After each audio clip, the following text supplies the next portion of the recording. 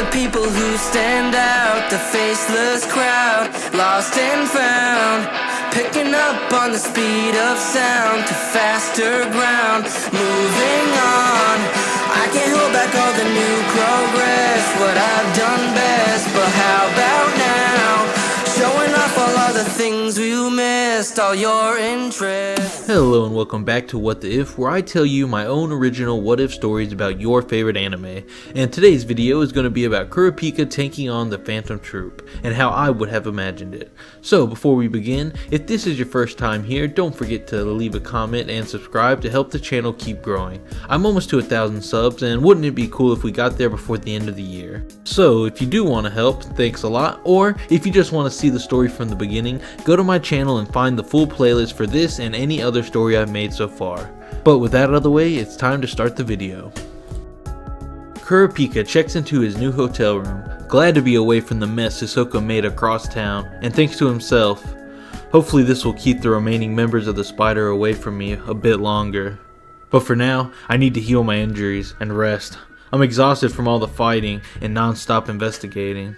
I'll have to wait for Kurapika to get here before making my next serious move, and then I'll have to ask Hisoka to handle finding the troupe while I recover. That should give me 3 days to have a decent plan together for when Killua does arrive. It'll be nice to have a chance to just think about what's happened. Half of the Phantom Troupe is already dead, and Hisoka seems to already be half insane. But what about me? How far have I already fallen? I've been killing and fighting without a second thought. I didn't even try to help all the people riding the bus earlier when I fought Shalnark. Am I really becoming just like them, using my powers to just do whatever I want, and justifying it to myself later? Kurapika tries laying down, but as always, as he falls asleep, he is plagued with thoughts and dreams of his actions, leading Kurapika to question himself more and more. But, thankfully for Kurapika, Killua is already on his way. After getting Alika to a safe place, Killua boards a ship, taking a direct path to the city surrounding Heaven's Arena to meet up with Kurapika. Killua's thoughts race almost as much as his friends, as he's constantly thinking of Alika's safety and hopes he makes it to Kurapika in time to help him and his brother Kaluto. Killua checks his phone for any news from Kurapika, but with no new messages, he decides to check up on Gon and give him a call. But as always, Gon doesn't answer. Killua laughs, asking himself, I wonder if Gon really is always busy training, or if he's just goofing off. Man, I wish Gon could have came with me. It would have been fun to check out Heaven's Arena again. But at least I got to see him when I dropped off Alika. But no time to think about Gon. I need to focus on helping Kaluto and Kurapika.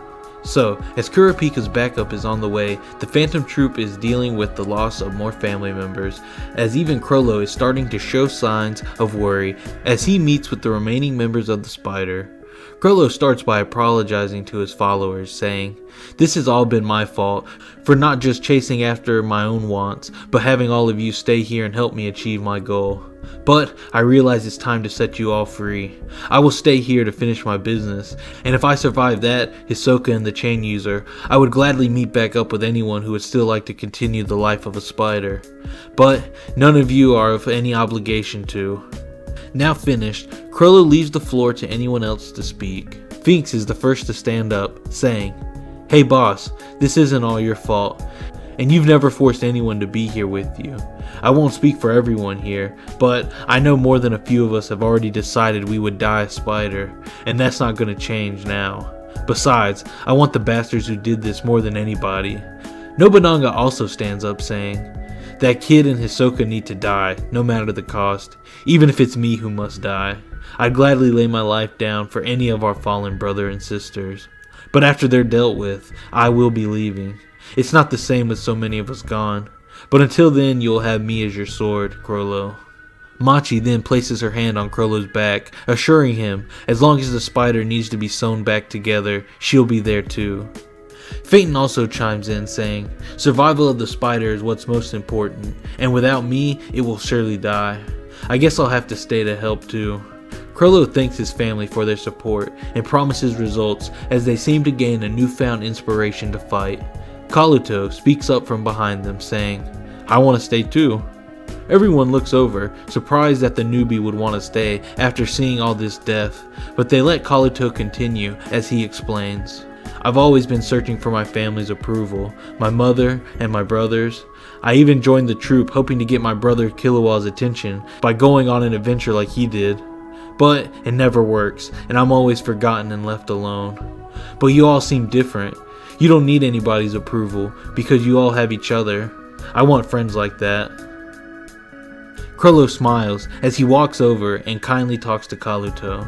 We aren't your friends. We're your family now. You're just as important as anyone in this family, even me. And with us, you get as much as you give. You give your life to us, we'll give you our lives too. Krollo quickly leaps back to the others, yelling out, "This family will not fall, I will not allow it," before regaining his composure and adding, "From here on out, we all stay no further than shouting distance. If I can't see you or hear you, you're too far. We work as a team, no chasing after fights or accepting solo challenges. If they want to fight us, let them fight us together at full strength. 4 days from now is when the meeting with my contact. The whole reason I chose this city to fight Hisoka was not just to give us the advantage, but to meet a man selling a very particular item, sheet music for the Dark Sonata, supposedly composed by the devil. And once I have it, I'll be able to protect the troupe from any threat, whether it's a nin user or an army. Once we have the Dark Sonata, it doesn't matter what abilities Hisoka or the chain user has, they and anyone else will be helpless. So please, my brother and sisters, help me with this one last job here. Help me steal the Dark Sonata from possibly the devil himself, and then we can have our revenge and rebuild the spider." Everyone cheers, falling for every word Krollo speaks, as they join in together and toast the past and future of the spider. But while the spider have their fun, in the shadows, a motionless, silent Hisoka listens on and memorizes everything the troupe says as he forms his own plan in secret. If Krollo is serious about this Dark Sonata, I may need to kill him sooner than I thought. I just wonder if Kurapika will make it until then. I can feel his skin crawling every time I'm near him, the fear building up between us. If he loses all trust in me, he might try to take me out before I even fight Krollo. I'll just have to be on the lookout and make sure he's not trying anything or begging anyone else to help kill me. But it doesn't matter.